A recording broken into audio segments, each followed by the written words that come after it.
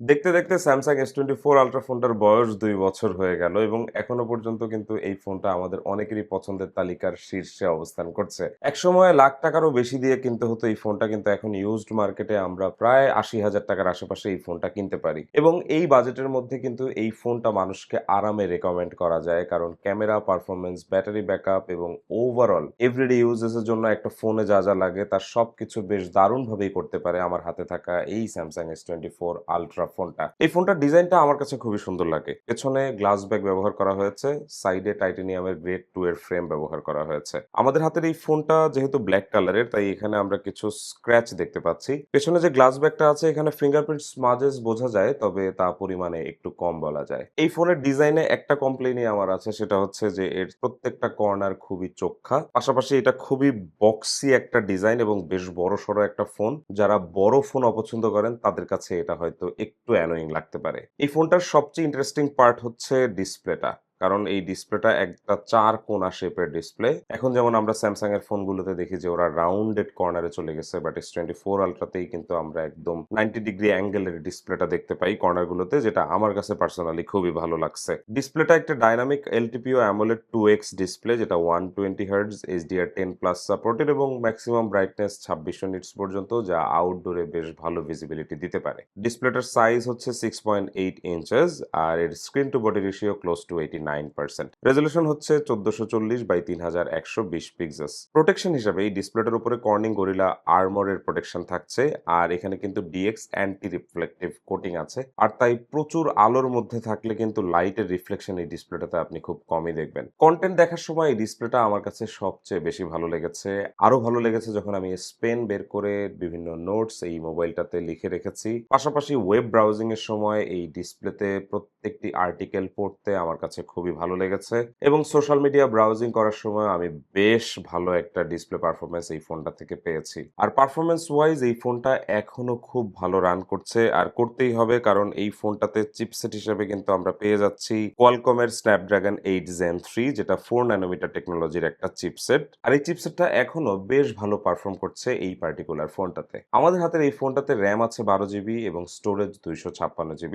আর এই ফোনটাতে আমরা One UI এর 8.5 আপডেট করেছি এবং One UI এর এই নতুন ভার্সনটা খুবই সুন্দরভাবে চলছে, যেখানে আমরা অ্যাপ ওপেনিং এবং ক্লোজিং এ কোনো প্রকার কোনো প্রবলেম পাইনি। ডিফল্ট অ্যাপস গুলো খুব সুন্দরভাবে চলছে এবং থার্ড পার্টি অ্যাপ্লিকেশনস গুলো আমরা বেশ ভালোভাবে চালাতে পেরেছি। টানা কয়েক ঘন্টা সময় নিয়ে এই ফোনটা ব্যবহার করার পরেও আমরা গরম হয়ে যাওয়ার মতো কোনো সমস্যা দেখিনি এই ফোনটাতে।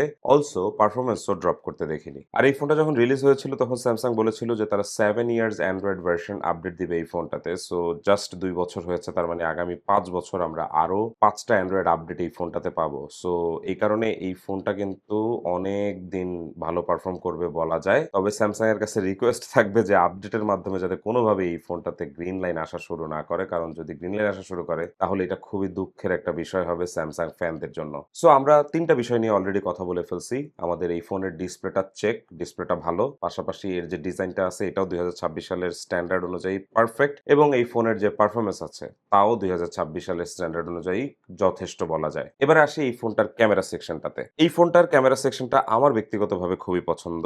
এর প্রথম কারণ হচ্ছে যে এইখানে থাকা মেইন যে ক্যামেরাটা, এখানে 200 মেগাপিক্সেলের একটা 24 মিলিমিটার ফোকাল লেন্থের মেইন ক্যামেরা সেন্সর আছে, যেটা খুবই পাওয়ারফুল একটা মেইন ক্যামেরা সেন্সর। পাশাপাশি এখানে 3x অপটিক্যাল জুম সাপোর্টেড একটি 67 মিলিমিটার ফোকাল লেন্থের 10 মেগাপিক্সেলের ক্যামেরা আছে, যেটা আমার পার্সোনাল ফেভারিট। এই ডেডিকেটেড ক্যামেরা সেন্সরটা দিয়ে কিন্তু অনেক ছবি তুলে এবং আমার কাছে এই ক্যামেরার পারফরম্যান্সটা খুবই ভালো লাগে। আপনাদের কাছে 3x টেলিফটো দিয়ে তোলা ছবিগুলো কেমন লাগছে তা একটু কমেন্ট করে আমাকে অবশ্যই জানাবেন। পাশাপাশি এখানে 5x এর আরেকটি পেরিস্কোপ টেলিফটো ক্যামেরা সেন্সর আছে, যেটা 50 মেগাপিক্সেলের একটি ক্যামেরা সেন্সর এবং এটা শুরু হচ্ছে 111 মিলিমিটার ফোকাল লেন্থ থেকে। পাশাপাশি এখানে 12 মেগাপিক্সেলের একটি আলট্রা ওয়াইড ক্যামেরা সেন্সর আছে, যেটা ২০২৬ সালের স্ট্যান্ডার্ডে একটু পিছিয়ে আছে বলেই বলা যায়। তবে তারপরেও আলট্রা ওয়াইড এই ক্যামেরাটি খারাপ ছবি তোলে এটা আমি একদমই বলবো না। আলট্রা ওয়াইডে তোলা কিছু ছবি আমি আপনাদের সাথে শেয়ার করছি, আপনারা দেখলে বুঝবেন যে আল্ট্রা ওয়াইডের ডিটেইলসও বেশ ভালো আছে এবং পর্যাপ্ত লাইট থাকলে আমরা দেখছি কালারগুলো বেশ ভালো আসে এই ছবিগুলোতে এবং ডায়নামিক রেঞ্জও বেশ পারফেক্ট বলা যায়। পেরিস্কোপ টেলিফোটো ক্যামেরা সেন্সরটা দিয়ে আপনি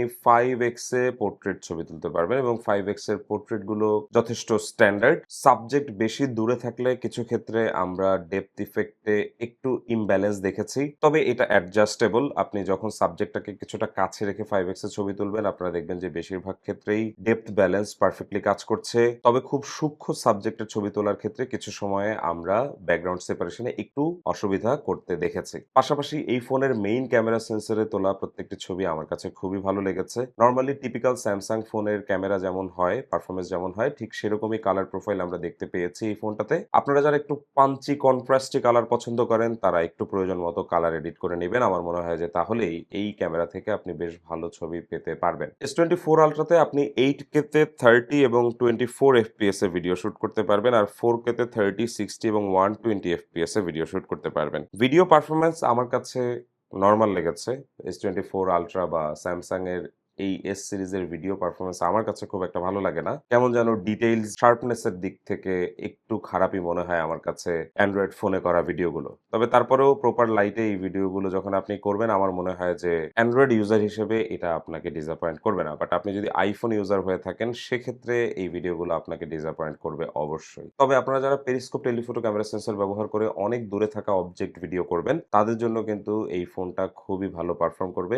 ভিডিও করার সময় আমরা দেখেছি যে এই ফোনটাতে খুব ভালো স্টেবল ভিডিও শুট করা যায় অনেক দূর থেকেও, যেটা আমাকে পার্সোনালি খুবই ইমপ্রেস করেছে। আলাদা করে এই ফোনের ফ্রন্ট ক্যামেরা নিয়ে যদি একটু কথা বলি, এখানে 12 মেগাপিক্সেলের একটা ফ্রন্ট ক্যামেরা সেন্সর আছে, যেটা আমার কাছে এখনো মনে হচ্ছে যে স্ট্যান্ডার্ড। যেহেতু 2 বছর আগে এই ফোনটা রিলিজ হয়েছিল, সেই সময় অনুযায়ী বিবেচনা করলে এখনো এই ফোনে যে ছবি আসে সেলফিতে তা আমার কাছে পারফেক্টই মনে হয়েছে। ন্যাচারাল কালার টোনটা ধরে রাখে প্রত্যেকটা ছবিতে, যেখানে ফেসের ডিটেইলসও যথেষ্ট পারফেক্ট লেগেছে আমার কাছে। আর গ্রুপ সেলফি তোলার জন্য এখানে আলট্রা ওয়াইড ফোকাল লেন্থের একটি অপশনও রয়েছে। সো আমরা প্রায় সবকিছু নিয়ে কথা বললাম। এখন একটু ব্যাটারিটা নিয়ে কথা বলি। আপনারা জানেন যে S26 আল্ট্রাতেও কিন্তু আমরা 5000 মিলিঅ্যাম্পিয়ারের ব্যাটারি দেখি আর S24 আল্ট্রাতেও কিন্তু আমরা 5000 মিলিঅ্যাম্পিয়ারের ব্যাটারি দেখি। তবে 2 বছর আগের ফোন হওয়ার কারণে এই ফোনটা ব্যবহার করার পরে এখন ব্যাটারির পারফরম্যান্স কিছুটা হয়তো কমেছে। তারপরও আমাদের হাতে থাকা এই ফোনটা থেকে আমরা বেশ ভালো ব্যাটারি ব্যাকআপ পেয়েছি। টু বি ভেরি অনেস্ট, এই ফোনটা ব্যবহার করার মতো খুব বেশি সময় আমরা পাইনি। জাস্ট নরমাল পারফরম্যান্স টেস্টিং এবং ক্যামেরা পারফরম্যান্স টেস্ট করতে গিয়ে আমরা দেখছি যে এই ফোনটাতে এখনো 70% চার্জ অবশিষ্ট আছে, যেখানে আমরা এই ফোনটাকে 100% চার্জ করেছিলাম এবং স্ট্যান্ড বাই মোডেও আমরা দেখলাম যে এই ফোনটা বেশ ভালো চার্জ ধরে রাখতে পারে। আর 45 ওয়াটের ফাস্ট চার্জিং থাকার কারণে কিন্তু আরামে এই ফোনটাকে চার্জ করা যায়। And definitely this phone also supports wireless charging, কাজেই অন দ্য গো আপনি কিন্তু ওয়্যারলেসলিও এই ফোনটাকে আরামে চার্জ করতে পারবেন। সো ইন দি এন্ড আমি S24 আল্ট্রা আপনাদেরকে কেনার জন্য অবশ্যই সাজেস্ট করব, কারণ সিরিয়াসলি বলতেছি এই বাজেটের মধ্যে এর থেকে ভালো অ্যান্ড্রয়েড ফোন আর হতে পারে না। আপনি হয়তো ভিভোর কথা বলতে পারেন, তবে ভিভো ফোনের পারফরম্যান্স কিন্তু কনসিস্টেন্ট না। তবে S24 আল্ট্রা এই ফোনটার পারফরম্যান্স এখনো কনসিস্টেন্ট। ক্যামেরার দিক থেকে বা পারফরম্যান্সের দিক থেকে কোনো প্রকার কোনো চেঞ্জেস এখনো আমরা এই ফোনটাতে দেখছি না, হুইচ ইজ ওয়াই এই ফোনটাকে আরামে সাজেস্ট করতে পারি আমি যে কোনো ইউজারদেরকে। তবে সেকেন্ড হ্যান্ড মার্কেট থেকে যারা কিনবেন তাদের জন্য আমার সাজেশন হচ্ছে যে পুরনো ফোন যেহেতু, তাই একটু ভালোভাবে চেক করে কিনবেন। এই ফোনের ব্যাকশেল চেঞ্জ থাকতে পারে অথবা ডিসপ্লে চেঞ্জের মতো ইস্যু থাকতে পারে, কাজেই এই সমস্ত বিষয় অবশ্যই একটু দেখে নেবেন। ডিসপ্লে চেঞ্জ হলেও যাতে জেনুইন ডিসপ্লে থাকে এটা মাস্ট। তবে সার্ভিস হিস্টোরি আছে এমন ফোন বেশিরভাগ ক্ষেত্রে অ্যাভয়েড করতে বলি আমি, কারণ একবার সার্ভিস হলে সেই ফোনগুলোর ওয়াটার রেজিস্ট্যান্স থাকে না বা ব্যাকশেল চেঞ্জ হলে ওয়াটার রেজিস্ট্যান্স চলে যায়। সে সমস্ত ক্ষেত্রে হয়তো এই ফোনগুলো আপনাদেরকে একদম বেস্ট পারফরম্যান্স নাও দিতে পারে। তবে যদি আপনি একটা অথেন্টিক ফোন S24 আল্ট্রা যদি এখন বাজার থেকে আপনি কিনতে পারেন, আমি বিশ্বাস করি যে এই ফোন আপনি আগামী কয়েক বছর এখনো ব্যবহার করতে পারবেন এবং আপনি যখন এই ফোন রিসেল করবেন, রিসেল করার সময়ও কিন্তু আপনি এটা থেকে বেশ ভালো একটা দাম পাবেন বলা যায়। আপনারা যারা কষ্ট করে এই ভিডিওটা শেষ পর্যন্ত দেখলেন তাদেরকে একটা কথা বলতে চাই যে এই ফোনটা আমাদের ওয়েবসাইটে অ্যাভেলেবল আছে, কাজেই যারা S24 আল্ট্রা কিনতে চান তারা চাইলে আমাদের সাথে যোগাযোগ করতে পারেন। আমাদের ওয়েবসাইটের লিংক দেওয়া থাকবে আমাদের ভিডিওর ডেসক্রিপশন বক্সে। সো বন্ধুরা, অসংখ্য ধন্যবাদ আপনাদেরকে এই ভিডিওটা দেখার জন্য আমি খুব সিম্পল ওয়েতে এই ফোনের একটা সিম্পল রিভিউ আপনাদের সাথে শেয়ার করলাম। ২০২৬ সালের স্ট্যান্ডার্ডে এখনো এই ফোনটা কেমন পারফর্ম করছে জাস্ট খুব সহজ ভাষায় আমি আপনাদেরকে বোঝানোর চেষ্টা করলাম। আশা করছি এই ভিডিওটা আপনাদের ভালো লেগেছে এবং ভবিষ্যতে আপনারা আর কোন ফোনের রিভিউ দেখতে চান তা অবশ্যই আমাদেরকে কমেন্ট করে জানাবেন। আর যারা S24 Ultra ব্যবহার করছেন তারা কেমন পারফরম্যান্স এই ফোনটা থেকে পাচ্ছেন তা কিন্তু অবশ্যই জানাতে ভুলবেন না। সবাই ভালো থাকবেন। আল্লাহ হাফেজ।